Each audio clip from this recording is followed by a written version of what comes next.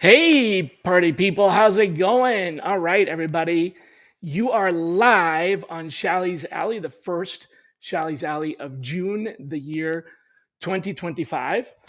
Just in case, somebody in the future sees these and he wants to know kind of what was going on right around this time. I'm super excited to have my really good buddy and I don't even know sourcing legend, sourcing like I don't even know what else to say, man. You don't even need an introduction, but Jim Stroud, folks. Uh, you might have known him from being an MC at multiple source cons and recently at ERE, although there was the virtual MC, but you probably saw him there. And just, I mean, we've worked together. Jim, how many times have we worked together? Like at different jobs, like Gosh. three?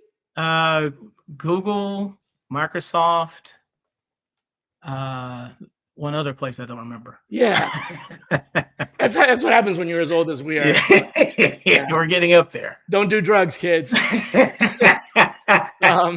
So Jim is one of these people that is exceptionally gifted at creativity. His mind works in ways that just are not your expected way. Connects the dots on things and is really creative. Something you might not know about Jim is he is an aspiring cartoonist. One time, Jim and I were sitting on an airplane going to work, and he had a little notebook and he was just doodling. And I looked over, and it was like a full on cartoon strip, and it was funny, and it was like newspaper worthy. And I'm like, "What is that?" He said, "I'm just doodling." I'm like, "That's not doodling. That's like professional grade." I'm surprised you remember that. Yeah, it was hilarious. It was funny. I still think you should publish a cartoon strip for like a newspaper or something. One day, maybe. One day, maybe. So Jim's had an illustrious career, not that it's over by any means, but has had and continues to have an illustrious career in sourcing.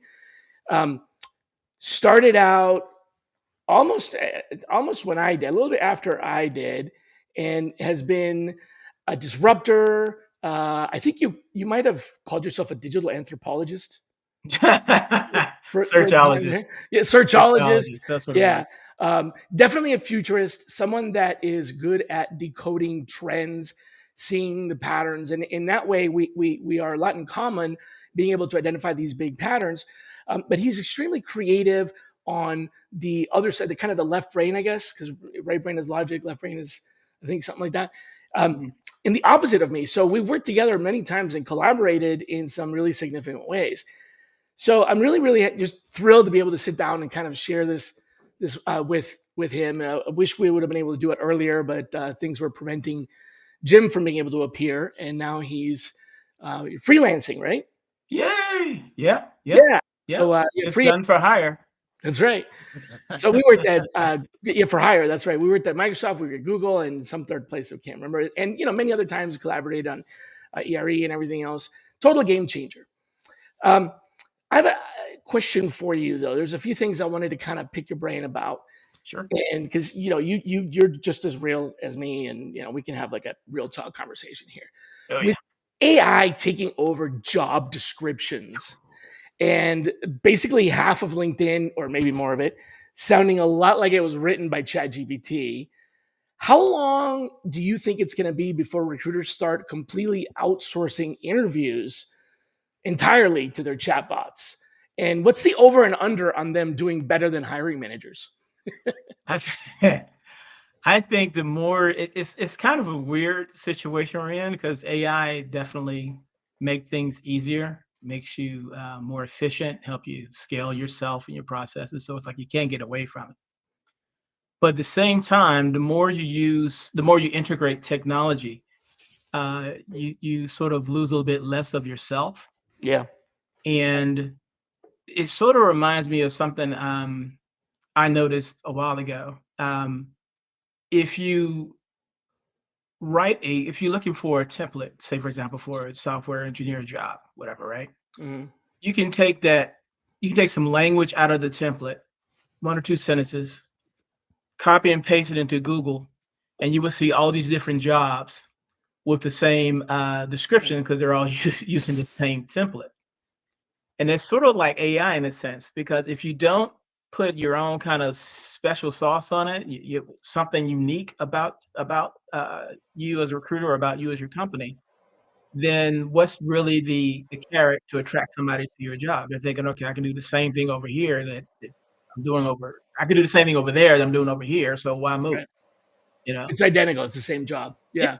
Yeah. Getting a couple of shout outs, by the way. Ryan Falter and Ronnie both Hey! tuned in. So I understand what you're saying. Yeah.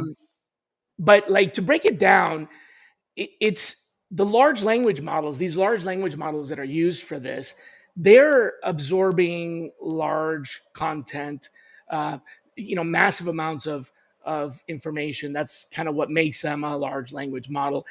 And they tend to favor, I mean, it's kind of a known bias that they tend to favor that which is repetitive and popular. So whether you argue what came first, the chicken or the egg, did we start writing job descriptions using chatbots and that's why they look like that? Or did job descriptions already have a lot of copying because this company copied that company and the original content that Hmm. was fed into the LLMs already had that? But the bottom line is that the original job postings that are special and unique, those are one of a kind and those aren't getting imitated by ChatGPT or its peers because they're not the common denominator.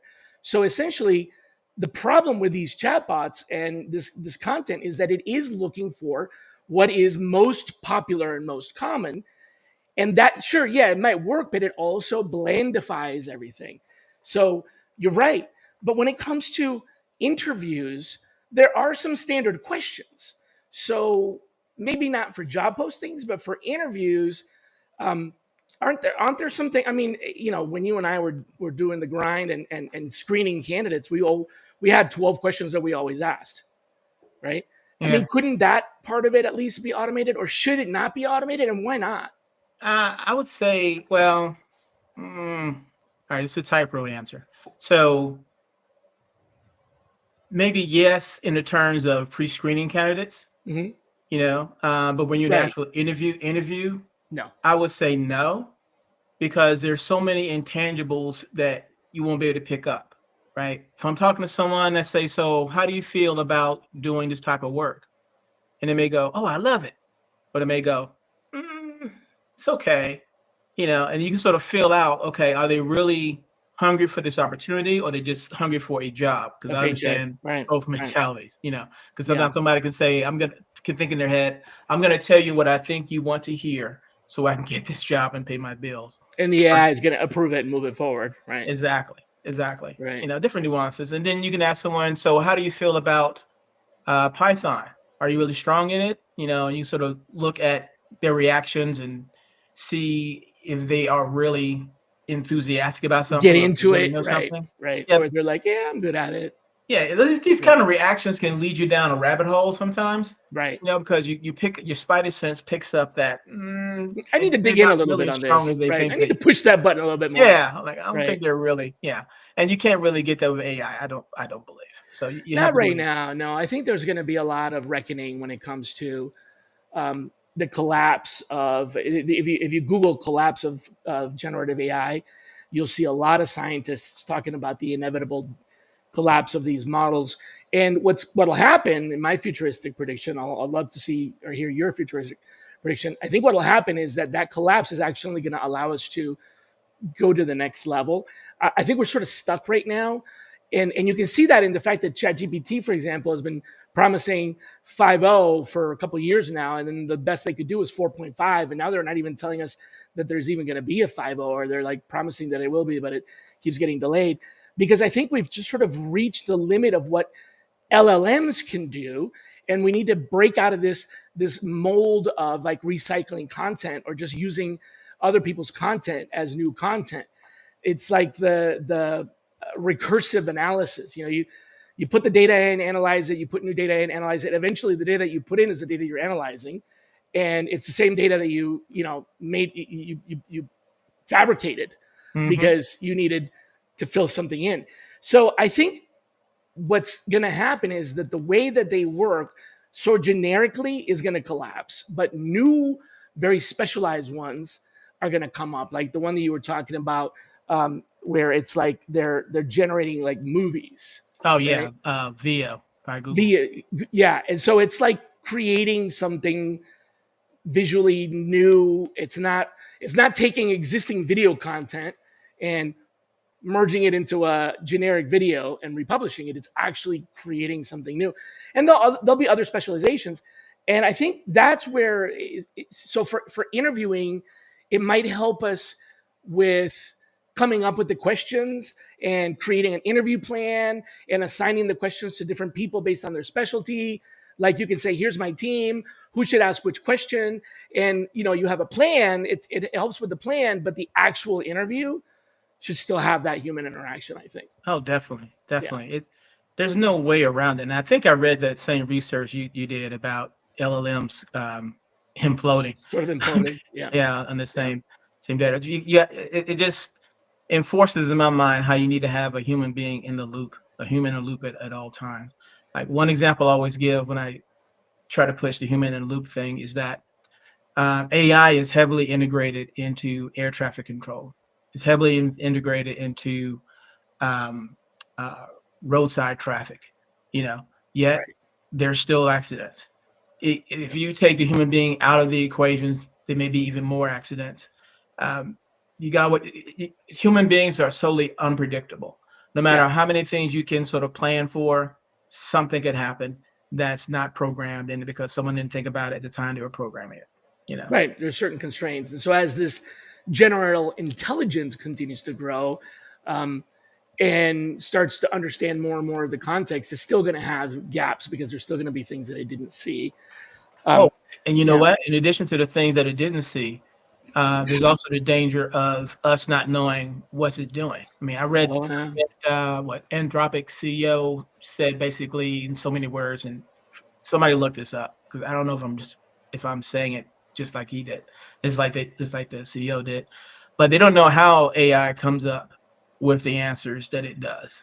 You know, they program it a certain way, but then AI decides to do something totally different. I mean, I've Right. read stuff where um, some scientists said, "Okay, I want you to shut yourself off, AI," and AI basically says no, and it does other things. I think of one article I read where AI tried to move itself from one server to another because it felt like it was being threatened, which sounds like a Black Mirror episode. it was moving. It was relocating. Like, I don't like this Exactly. apartment building. I'm going to move over there. The view's nicer over And there. his thinking was that if I'm going to complete the different tasks that you asked me to do in the past already, I I can't can't. do that if I shut myself off. So Right. the only logical thing is to move myself somewhere else, Right. which is not what it was programmed to do, but it had developed a mind of its own.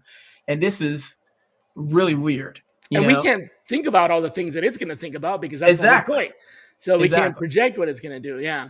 So you always got to have a human being in the loop kind of thing. It's something that's the thing about AI. You can't totally predict all of what it's going to do Yeah. because we don't know everything it's going to do.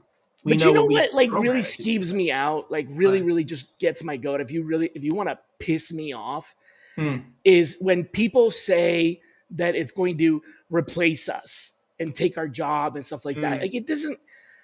Technology never it's never done that in the history of all technical evolutions. When the industrial revolution came, some jobs were lost because they were jobs that were no longer necessary, like the job of hammering something. A robot can hammer something a lot better, more accurately, faster, safer than a human. And really, is hammering something what you want to do for the rest of your life? It's not exactly a career. So yeah, that job was gone, but the person that was hammering stuff that doesn't have that job anymore, they went and they got a different job where they learned another skill and it was a little bit maybe, better, and maybe they get paid more money. So it's not going to replace us. That's the thing that's like very personal and threatening. Like, I see all these posts about AI is going to replace recruiters. No, it's not. mm, It's an enhancement, just like the assembly line was an enhancement, just like the wheel was an enhancement. If just think about this, if AI really was going to replace an entire job function, then wouldn't we have already seen the disappearance of travel agents when the internet came around and yep, everybody could buy their own airplane ticket? There's still travel agents out there. What about the disappearance of print um, shops, like your mom and pop print shop. Sure, they shrank, they consolidated, and there's a lot more printing done online, but there's still people who buy invitations for weddings from local print shops. It didn't get rid of anything. Hmm. There's not a lot of jobs that I can point to. There's some, but there's not a lot of jobs that were completely wiped off the face of the earth. And those that were replaced with other jobs. So that's kind of what, like, it makes me so angry when people say these inflammatory things like it's going to replace us. It's going to enhance us, and it might replace some of it, but really it's kind of the low value tasks like hammering a nail, you Yeah, know? I got two examples around that too. One is the ATM, right? When the ATM tell you a teller, That's I'm really right. dating myself. They were going to replace They're going to bankers, but replace they never all did. bank tellers, but they're still Mhm. there. They're just doing other They things, do other you more know? important things like retain the customer and Exactly. yeah. And then there's example of, and I believe it's Klarna. I'm doing some research. I'm speaking at the Atlanta recruiting community event next week, I think it is. And I was researching different things related to AI. And one example that I'll mention in the presentation is Klarna, which is a company that laid off a bunch of their customer service folks, right? I think 300 or some Mm. big number like that. But they had to end up rehiring a lot of them back because the people that they were servicing were tired of talking to a machine. Wait. So they complained Hold to the on a point. second. So the Okay. company may have saved money in the short term, right? But now they But had to rehire them had to and rehire them train back. them, and like it totally backfired. Right, because Yeah, the customer's like, that's "I'm tired of talking to a machine. I wanna talk to a human being. I'm tired of pressing 1 or saying yeah. representative or whatever," you know? Right. And So we've been pressing one for a long time since before exactly. AI. So companies who are Oh, thinking like AI is gonna take over, you might have some short-term wins, yeah. you know, but if your customers aren't feeling it, then, you get a backlash and you have to end up rehiring people back again. Yeah, we really need to just kind of rethink this. And what's different between now and the way that things evolved with the advent of, manufacturing technology, with the advent of the internet, and how the internet was supposed to kill radio, was supposed to kill television, was supposed to kill the Yeah. newspaper, um, is that back then there were a lot of skeptics still asking questions. It seems like today, with this whole AI is going to take over, it's like everybody's drinking the Kool-Aid, way more mass hypnotism than before. And I'm not really sure where that's coming from, because people who normally would be skeptical about things like that are just like all in on, oh, yeah, it's going to do this. And I'm not trying to like say I'm not, I don't support technology. I do. I've always been at the forefront of technology, but I don't support this sentiment of um, we suck, machines are better. Yeah. Yeah, that always backfire. I'm old enough to remember a little tool called InfoGist. Oh my God, yeah. And I remember when that came out, that was gonna take all the sourcer jobs away. Um, and now we have a lot of tools now that make sources more efficient.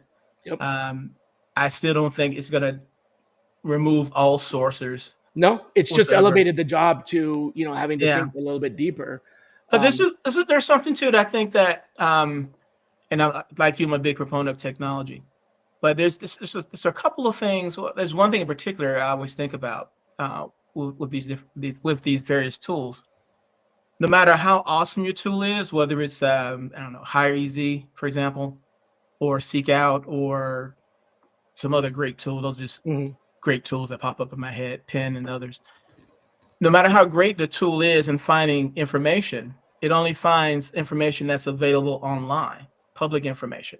Yep. You know, And and not so just online, but online publicly, right? Not online behind a paywall or online behind a exactly. private database. Yeah. Exactly. So I think one of the edges that a sourcer has is how well they treat candidates when they talk to them. Because Mhm. if I can find them, the next person can find them. How you're treating that person, the experience you give them is going to make you How stand out even knowledgeable you more. are in the company, how knowledgeable you are on the job, and also Exactly. the outreach part of it. I mean, you can automate sequencing, but you can't automate the feeling that, like, for example, my best.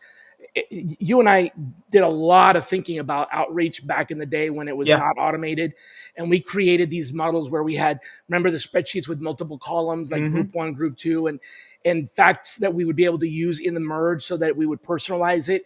But all that personalization didn't mean anything without the sentiment behind it. And you're like, you remember when you talked about woo? The Art of Woo. You got a Yeah, good memory. I sure do. And that was very paradigm shifting because it was like Mm, you used to talk about you're wooing a candidate, and you can't just woo a candidate with generic content that they can already yep. get from anywhere else, especially nowadays. My most successful campaigns still are where I put a little bit of me in there. If I'm talking to computer scientists, I Hmm. mentioned that, hey, I went to school for computer science and I'm really passionate about it. I just never made it as a programmer. I didn't have what it takes, but I'm really interested in. I understand. I speak tech. I speak tech. I know what these languages are. I know what a 4GL is. I'm not. That's a very long paragraph. I don't put the whole thing in there, but I'm putting myself out there by saying, hey, I have a computer science background, or I'm interested in the things that you're interested in, because that connection, people want to connect with someone that has personality, and I think that's the one thing that Yes. these AI really just never really going to have is an actual depth of personality. Yeah. But Yeah. yeah, I wanted to talk about something else. Let's talk about layoffs. Okay. If another tech company says restructuring as a code for whoops, we overspent during the boom, do Yeah. you think sourcers need to start sourcing CFOs instead of engineers?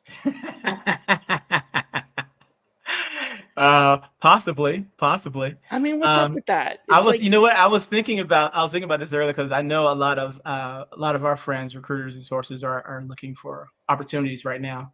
And it sort of struck me early. Well, I was thinking about it earlier today because I saw an article about some company that was laying off, and it was actually I'll share the link with you because I got it on my other screen here somewhere. It was a list of the worst. Yeah, here it is. The worst college degrees for finding a job. oh Right. no. And so at the top was anthropology, Oh, followed by physics, followed by computer engineering, which blew my mind because in our day, you would think being a software engineer is like the safest bet you could possibly ever have, right? But like computer engineering, their unemployment rate is at 7.5%, which is amazing to me.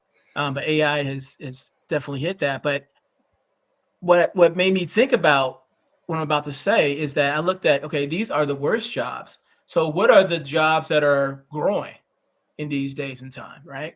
And so I looked at that list. It was from the looking at the Occupational Outlook Handbook, which is uh, a government site. They mhm. search trends to see what jobs are growing. And so I'm looking here and I see the number one job with 60% growth, 60% growth rate is wind turbine service technicians, followed by Oh yeah, solar photovoltaic installers. Third is nurse practitioners. Fourth, data scientists, that's and some so on. hard hands-on jobs that. Yeah. And so my thinking is that not that as a recruiter you want to start being a solar photovoltaic installer, whatever that is, but that if this is where the growth is happening, start looking for companies to recruit for that are recruiting these type of people, because chances are, since these jobs are trending up in major ways, there's companies out there who need this type of talent. So I think for a lot of my recruiting and sourcing friends out there, look for those industries or those jobs that are trending up, and then look for companies that are looking for these kind of people. So, so yeah, the resource I'm looking at again is the Occupational Outlook Handbook, Oh and yeah, that's a great resource. yeah, and you can go to I'll just shout it out, BLS for Bureau of Labor Statistics, .gov. bls.gov/OOH, and you'll find it Oh. there. Oh, Oh. Homer Simpson. Oh, Yeah. Oh. yeah. So, digging into that, just kind of a little bit more. Mm, The original question is how do we kind of get it, tongue in cheek, but how do we kind of get here? Um, the restructuring isn't just because of AI. The restructuring is also because there was a lot of overspending, and there was like an economic kind of accordion effect that happened. Um, I was talking about this during the middle of COVID, where I was like, "Hey guys, mm, all of this like slowing down and putting the walls up on hiring is going to backfire," because what I predicted happened, which was I predicted that when things alleviated and we kind of got past the worst part of COVID, all of the companies were going to start hiring all again, like all at once. yeah. And so as a result, it's demand and supply economics. If all of a sudden you have massive demand for something that usually had regular demand, the prices go up. And so people started asking exorbitant salaries because there were so many jobs and it was an artificial boom. And all these people got overpaid, got overhired, and then things started normalizing.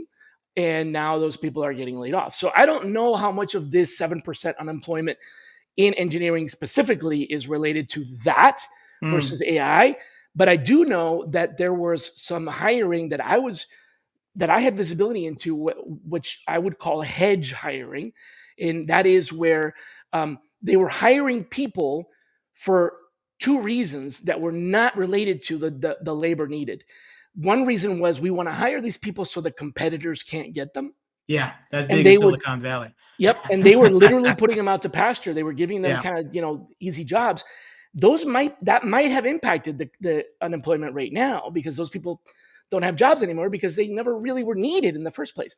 And then the other reason they were hiring them is because they were expecting to have this big boost in productivity, which never happened. And so Hmm. again, they overhired. I think part of this is just an economic adjustment, not to you know, not to diminish the impact that AI is having, but some really big shot economists, like one of the institutional professors at MIT wrote an article about this. The actual impact on overall economy is probably closer to about 4%. The Hmm. shift in economy because of AI is closer to 4%, and that's significant. It's 4% of an economy is a big chunk of money, but it's not 50% of our jobs are going to be lost or Right. whatever. It's just way too exaggerated. Right. To your point about the hiring too, just to quick interject before I Mhm. forget. Yeah. I think a lot of times that the hiring is just so that companies can safeguard their stock price, right? They don't want to seem like they're contracting. So let me hire a bunch of people so we can say, hey, look, shareholders, we're hiring all these people, we're really growing, so the stock price can go up or stay up. If companies start laying off, Definitely. it's going to go down, it's gonna go down, and that's going to hurt the executive suite. So they're definitely going to safeguard against that. Ronnie's working on turbine positions. Ronnie, that Way to go, Ronnie. that blows, man. Ba-dum-dum. Yep. He's Wait a throwing minute. me I think pro. I actually have that. Did you hear that? No, what'd you say? I did the snare drum. Oh, no, I didn't hear I didn't it. have to come through. All right. Okay. So fun, fun, fun. The other thing I wanted to ask you is Mm, related to job search because you wrote a book, you teach classes, you've helped people. yep. Not just now. But I mean, folks, what I'm talking about here, from the heart. Jim has helped people find jobs his whole career. This isn't a Johnny come lately. I'm doing it for popularity, but this guy really cares. So I know you're someone who's really been um, in tune with the strife of the job seeker for a Oh, while. With all this stealth job searching that's happening, and people updating their LinkedIn profiles almost like a silent protest. Should recruiters start filtering candidates by how recently they added an AI prompt to their headline? mm, I think we look at it from a different angle. I think one of Mhm. the things that a job seeker can do that will benefit them in their search for work more than anything else is to change their mindset from looking for a job to attracting a job, right? And this Oh is this yeah, is what I mean. that's huge. So a LinkedIn recruiter, Shally posts a job in an hour. There's 200 applicants. I mean, it's almost a guarantee these days, right? Um, and but if you, as a job seeker, if you say, you know what, I'm going to write content about something that I'm passionate about that's related to my job.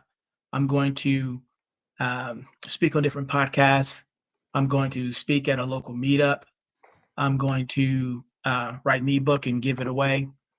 I'm going to post things on LinkedIn that showcase my expertise. You're going to see people say, "Oh, that's interesting. I never thought about it." And then they reach out to you and contact you for more information, which can lead to conversations, which can lead to a job. I generally tell people a lot to especially post on LinkedIn because it's a professional social network anyway. Right. That's a But good also point. because if you write an article, let's say you are a wind turbine service engineer, to go with that example, and you write, the top 10 things every wind turbine person should know, right? Mhm. Somebody's going to like it, somebody's going to comment on it, somebody's going to share it, somebody's going to repost it. Perfect world, right? Yep. Every time somebody likes, shares, comments, or repost, that's your in. You could reach out to them. Hey, I saw that you liked my post on wind turbines. Awesome, thank you. I noticed on your company website in the career section that you have a job that's good for me. Would you mind recommending me for this job? I'm great because I can do A, B, and C. And by the way, if you do recommend me and I get hired, then you get the employee referral bonus, right? And if I don't get hired, what have you lost? Nothing. So someone can think to themselves, yeah, a quick $500 or whatever the referral bonus program, whatever the referral bonus pay is. Mhm. Sure, I'll do that. And they'll forward your resume on to the hiring manager or recruiter, what have you. I mean, what they lost. You can even go a step further and actually write the email for them and say, look, all Oh, you gotta that's do is that's a cut and really good paste, idea. just cut and paste this in Change it a and little send it. bit, make it yours, and yeah. Yeah, that's all you gotta That's a do. really if you ask me for a favor, like introduce you to someone or whatever, and you send me the text to I am 100 times more likely to do it. Like you're like, Oh yeah. hey, could you introduce me to and here's something you can say, but it makes it easier because sometimes the hardest thing about picking up a pen or a keyboard and start writing is the hardest thing is like how do I even start? And if you Yeah. have something that is how to start the rest of it, that is one thing I use ChatGPT for a lot is brainstorming how to start. Like give me 10 ways I can start this sentence or Something besides, I hope this finds you well. oh, That I'm gonna put that on a t-shirt and sell it. oh, that's a good idea. That's a really good idea. I see that so often. Oh my I god. see that Yeah. often. I hope this message accidentally stumbles on itself and falls on you well. You got a question here from Uh, Jeremy. What are your hey, thoughts Jeremy. on job seekers who have been holding out for hybrid or fully remote, and then they've been holding out and then they're unemployed? Are you Uh, recommending tough love or I relocation? well, if it's who've been holding out for hybrid or fully remote, um, I would say let your bills dictate that. So you're with the tough love movement. Yeah, early on in the job hunting, when you just got laid off and you open the possibilities even more so, and you're like, okay, I'm only going to look for remote because I'm not feeling the pain as much right now. As long as the job hunting progresses and you're still not finding that remote opportunity, but you're seeing these hybrid where you go to the office, twice a week, but you just don't want to. And hey, I understand. I totally understand. Mhm. But every month these bills come in faithfully. So Yeah, you're they like, never miss. they never miss. So after a while, you're like, I don't want to do it, but I got bills to pay, I got mouths to feed. So then I'll go ahead and do it. So, but that's not something that I can tell you to do. That's something that your circumstance or your monthly bills will tell you what to do. Yeah. So that's my But you know answer. what though? Yeah, that's a really good answer. I agree with that for Jeremy's summary here. Basically, if you can't afford remote jobs, it's time to start thinking Yeah. about hybrid or maybe relocating to a better market. But that does cost money. I would say this though. I would say that they're just thinking about it from a macroeconomic point of view. There was a time where remote work was a competitive advantage for employers before COVID. Yeah. We're talking about Hmm. before COVID, and companies were saying, "Hey, we're remote first," and that meant that they could attract better quality candidates because they could attract them from all over the US or all over the country, wherever they are. So their talent pool got bigger. And also, you notice that there was some pay discrepancies. People that were remote were not necessarily getting top dollar. Here's the problem these companies that hired you when they said it was okay to work remote, and then COVID happened, and they said, of course it's okay to work remote. And now COVID unhappened, and they're saying, you need to come into the office. But they never told you were going to have to come into the office the first time around when you got recruited. It was a remote job before COVID. and they hired you with remote comp. Now they want you to come into the office. They need to put their money up. They need to increase those jobs because it is a lot cheaper to work remotely to you as an employee than it is to work on site.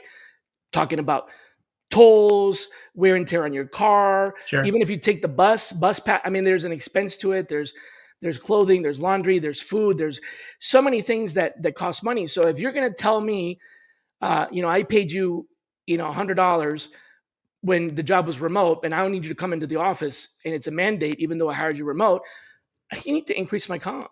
You need to bring that up to 120. Sure, I'll work locally, but if I now I'm only going to get $80 because that $20 is going to go towards like me literally getting to the office, yeah, that's an economic incentive in the wrong direction.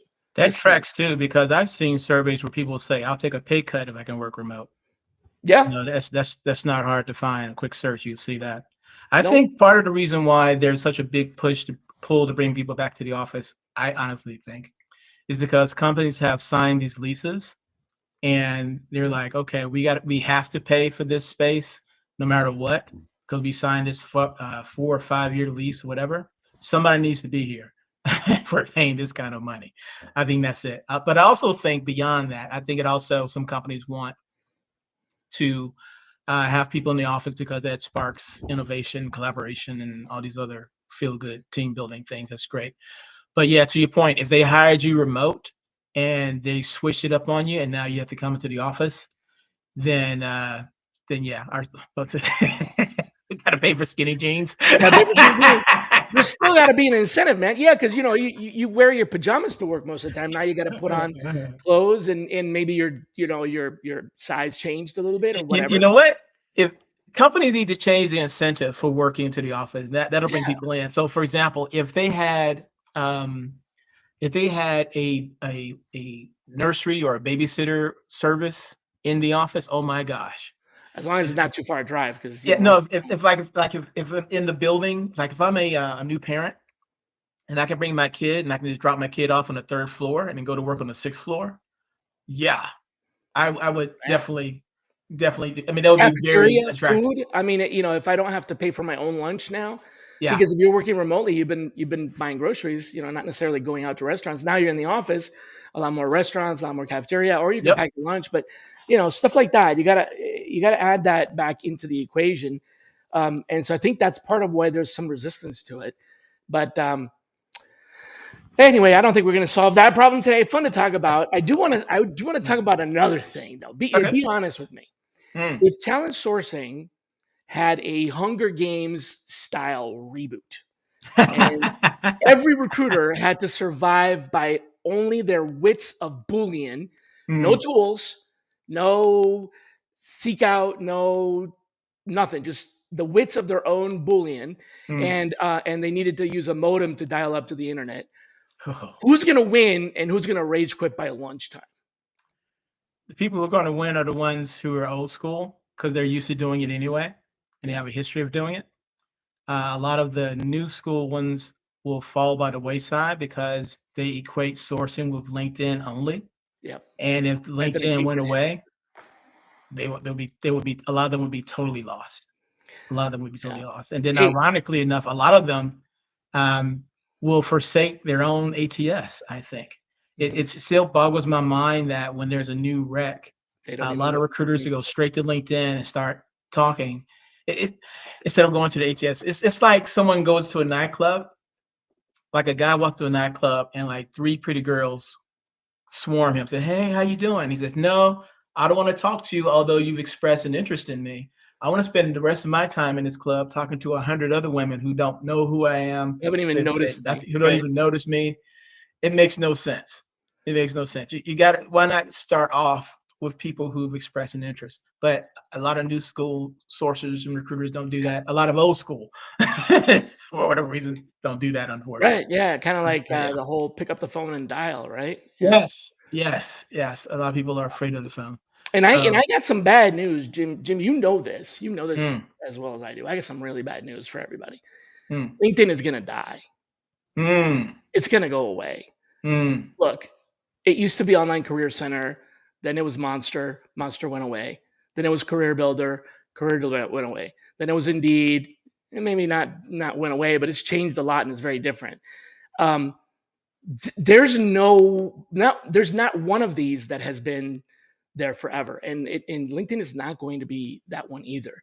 There's a lot of signs already that LinkedIn is starting to regress. It's starting to go backwards because people aren't responding. Response rates have gone down from back in the day, man. When we were at Microsoft, remember how we were like looking for an 85% response rate? That Yeah. was our target. Yeah. Now people are happy with a 15% response Yeah. rate. Yeah. That's LinkedIn. And it's getting lower and lower, and more people are not using LinkedIn. So I'm telling you, LinkedIn is going to go away. In fact, every tool eventually goes away. That's just what happens. And whether it's ChatGPT or not, who cares? The point is, if you're addicted to one tool and that's all you use, at some point, that tool is not going to work. Yeah. I think you need a system. I think the word is Absolutely. system is what you need. Yep. Even And a even if system is a you're collection of tasks, not yeah, software. Right. yeah. So even if you have a system built on AI agents, right? And those tools go away, then you find another tool to replace that system, or you find a manual process to replace that, excuse me, that agent. Mhm. Um, because the tools come and go, but you can find another tool to replace whatever tool you had in place initially, or you find a way to manually do it in such a way that doesn't take all of your time. But yeah, you got to have basically a system in place. And yeah, now here's a question for you: if LinkedIn does go away in the Mhm. near future, what do you think will replace it? I think what would replace LinkedIn would be a number of different things. LinkedIn was one of several tools Mm, as it accumulated more and more momentum and people used less and less tools. It became the one tool. yeah. And so, in its absence, the vacancy that we'll create will go back to multiple tools, multiple sources. And if there is something that's going to be like LinkedIn in the future, it's going to do the same thing. It's going to start, uh, you know, narrowing itself down until it's the one tool. So it's not like LinkedIn will be replaced by something else because LinkedIn didn't replace something when it came on board. It took years. It took years of me out there promoting LinkedIn from the day there were 100,000 people on there, and I was advising recruiters to use it, and recruiters, especially in staffing firms, were really resistant. I remember years of staffing agency owners telling me, but Shally, why would I ever want to share my network with someone else? I don't want to put my contacts on LinkedIn. That changed. And when that Hmm. changed and LinkedIn got big, then it became the one tool. But when it goes away or it gets absorbed into Microsoft in a different way or whatever, the value that LinkedIn has to offer is much more than just a single industry, right? So eventually it's going to go beyond that and it will lose its value to that one single industry. The replacement isn't going to be another single point solution, it's going to be a collection of things. But the most overlooked of those tools is blogs. And I don't mean blogs as in the old fashioned blogs. I Mm, mean, think of how easy it is nowadays to create your own homepage. People have websites where they put whether it's Medium or Substack, or there are hundreds of those. If you added up all of the Mediums and Substacks and websites that are on WordPress, you added all those up, that's more than LinkedIn. The problem mm, is it's not all in one place. You can't go to a website and search all of them. You have to go to each one of these different places. So if there was one tool that could do that, it would be a deep search algorithm that's able to go to multiple websites and continue digging, almost like a crawler, but a crawler that you control. And it's going to take time because the crawlers are slow. Google's crawler and Bing's crawler have tried to optimize K points in for years, trying to get faster at finding that distance between the shortest distance between 2 points so that they can upload and maintain their content faster. But it still takes sometimes 3 days, 4 days, a month for a website to be updated in the index. So what I'm talking about is real-time searching across all of these. And that's something AI could do. If there was a tool that would do that, it would be something that's able to run like a crawler, 1,000 threads with 1,000 different searches, go to 1,000 websites, collate all that material, and basically put it together into a set of results. That's what I've been getting into lately. That's kind of the way I've been doing it is through deep research. mm. But it's not LinkedIn. I mean, especially in the space that I'm in right now, it's LinkedIn is kind of pointless. What I end up doing is I end up finding people and then I look them up on LinkedIn so I can get a resume. You know what surprises me? I've always thought that Facebook would take LinkedIn down, right? Because years ago, well, still now, but even though it's not as popular now as it was back in the day, it had a lot of potential to displace LinkedIn. It did, yeah, it did. It could have. I wouldn't have said, and I know I think they sort of approached it wrong because, and I haven't been on Facebook a lot myself recently, but I know at one point you could put your profile on there, which is Mhm. basically your resume, It had right? almost like a work thing, yeah, yeah. Yeah, and so it was like they could have. I would have said, "Hey, Facebook, create a, a separate site, say it's powered by Facebook. Take all the profile information from your Facebook profiles and put that into the work version of Facebook, and then Facebook could control, for lack of a better word, or influence your social life with the regular Facebook, and Right, then with right, your a work social life." Facebook and a work Facebook. Yeah, Well, there is a work Meta, but it's like an internal network kinda thing. Um, it's, like with it's like intranet. It's not what you're ah, talking about. Yeah, yeah, yeah, yeah, yeah. So. I think you're right about that. Yeah. You know, I can see LinkedIn going away one day. I definitely see it being replaced by something. Um, I think that replacement will ultimately happen with the next generation coming more and more into to the workspace, especially this Gen Z's the first generation to grow up totally in a Mhm. digital space. So it's second nature for them. It's in their mindset. Yeah, they're natives, They right? don't have the thought of I don't want my privacy. I'm not so privacy minded that I don't want my information out there. It's like expected for you to have a um, social footprint out there. So I think as LinkedIn inevitably goes away at some point, it's going to be replaced because Gen Z says, yeah, and this is going to be used for personal and for work. And maybe the spin would be this is the ultimate protection against identity theft in a way because you get to see me at work, you get to see me at play, and this is something Yeah. that you know I think you maybe there's a little bit of LinkedIn trying to be more like Facebook, I'm seeing a lot of that. I'm seeing a lot. I was talking with someone just the other day like the wall and the about whole that. thing. Yeah, like the wall is blurring. And I told them that if you put personal stuff on LinkedIn, that's fine. But the danger of that is that people will start to associate you with the fun thing and not the professional thing that you're into, right? So if somebody is a network engineer, but all they post about is surfing on different beaches, then I'm going to think about them as the surfer person. I'm not going to think about them as a network engineer. And on LinkedIn, you want people to think about you based on your profession. So I don't tell people not to post personal stuff on LinkedIn. I just say use the 80-20 rule. 80% Okay. of your posts should be about your job or professional side of yourself. And then maybe two of your posts could be about your dog or your hobbies or whatever. Because you want people to know to think about you professionally on LinkedIn more than anything else. Yeah, we got a question about Yeah. fishbowl. Fish. Have you tried it? No, I have not tried it.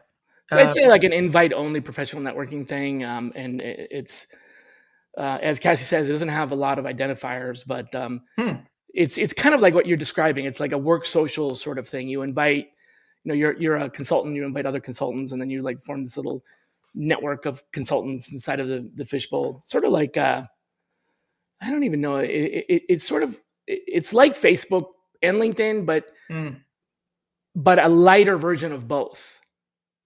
hmm. Um, Okay. not sure if it's really something that's Send me a link. Somebody send me a link to that so I can check I'll it out. invite you. I think I had. Yeah. I think I still have mine. I was invited by a consultant, and I went in there. I was in there for a couple of weeks. It didn't really do anything, so I probably just let it Yeah. lapse. I played around. You made like Lunchbox, but it's a different principle. So Lunchbox, you see a profile, you make a profile of who you want to talk to and what you're into, and I think then you can mine have says lunch with somebody for like 10 minutes virtually, and you talk for 10 minutes, and then you go from there. it's a matchmaker. That's pretty Yeah. cool. Yeah. That's pretty cool. Well, we're running pretty close to the end here. So Ah. I had one more question before I wrap up with my two big questions. So you got three more. Ooh. My last, conversational driver here is As a certified futurist and as the oracle of talent trends, let's say the Matrix was real. We went to see it together, remember? Let's say the Matrix was real Mm. and recruiters could like plug in and download any one skill instantly. What do you think is the first skill that they would grab, the one skill they would grab? Would they become master searchers or would they learn how to write outreach that doesn't make it sound like they're trying to recruit for Skynet? They should download right now, actually, from the local library, the book How to Win Friends and Influence People. Oh, that's a good one. Because no matter what the situation is, Right? recruiting and sourcing is a sales role, right? You're How to finding a win friends and candidate, influence so you have to people. sell them on the opportunity. And then you go to the hiring manager, you convince the hiring manager this person is somebody you want Yeah. to hire. And then when it gets to salary negotiations, you got to be able to be influential and that kind of thing. So it helps with recruiting and sourcing. It helps throughout all of the recruiting process. That's the one thing I would tell people. That's awesome. That's a great answer.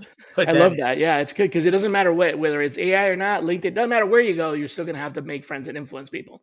Yes. That's awesome. Yes. Man, well, to wrap up, I got two questions for you Yep. that I ask every guest. The first of those is going to be a little tough for you because I think we know a lot of the same people, but I have to ask anyway. Who should be our next guest? Ah. Um. Let's see. So many.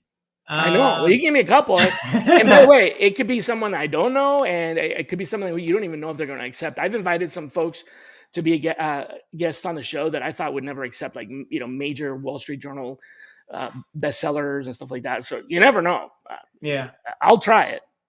Uh, Who would you there's like to this see on here? there's this guy, and I thought about reaching out to him for SourceCon back in the day, and maybe I will for a Recruiting Innovation Summit, which I'll throw a quick plug in. Go if you go to if you're looking for a conference to join, definitely come visit, hang out with us at Recruiting Innovation Summit in November in California. Shally, if you would put a link up in the description or whatever, so people can check that out.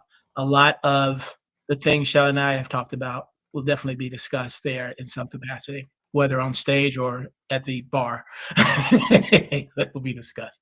There is a guy, I'm blanking on his name now. Gosh, but he does documentaries about the internet, and it's sort of like the Oh, dark side of the internet in a way, right?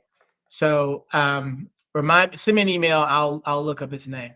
But thank you, erecruitingconference.com. He does documentaries on um, different things about the internet. Uh, Gosh, what is his name? It's gonna drive me nuts. Email me, I'll send you his name. okay, But yeah, okay, but a documentarian who talks about the internet from a that's cool. hacking perspective. That person would be really cool. That's awesome. I love that. Yeah.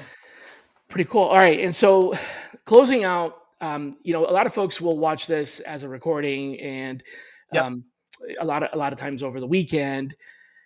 I want to give them something to chew on that they can think for themselves about. So, can you give us a question to ask ourselves? Not a question you're asking us, but a question we should ask ourselves for some deep contemplation over the next couple of days.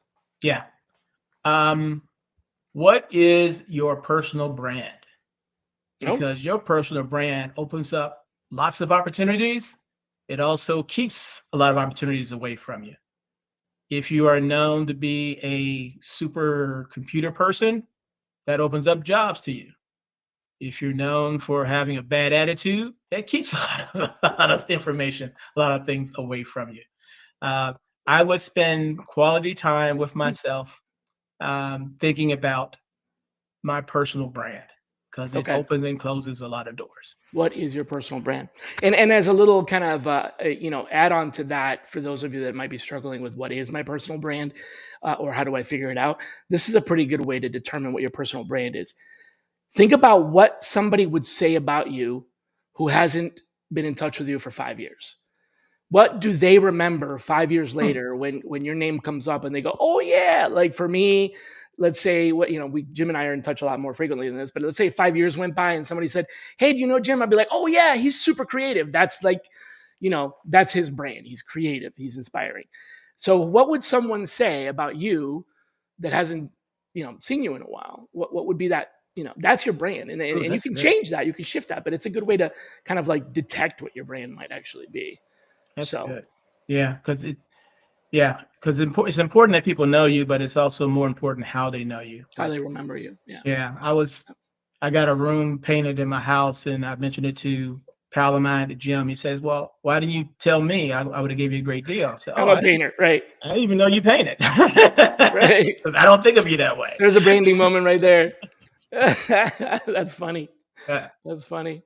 All right, my friend. I hope you can make it more often because I'd love to make this a regular thing. sure. I mean, we get the Jim and Shally show or whatever, but this is a lot of fun. I definitely want to have you back. And thanks for inviting me out to ERE, Recruiting Summit. And you know what, folks, everybody, follow him. You got jimstroud.com. He puts out quite a bit of fun and informational and solid content. And also, if you are curious as to who is coming up next, our next guest is Nicole Roberts. You can look her up on LinkedIn if you're curious to find out a little bit more. Uh, N Roberts HR. She's going to be, and then after that, we'll have Rob Beck coming back. So we'll see you at the next one. Until then, be kind to yourselves. Bye, everybody.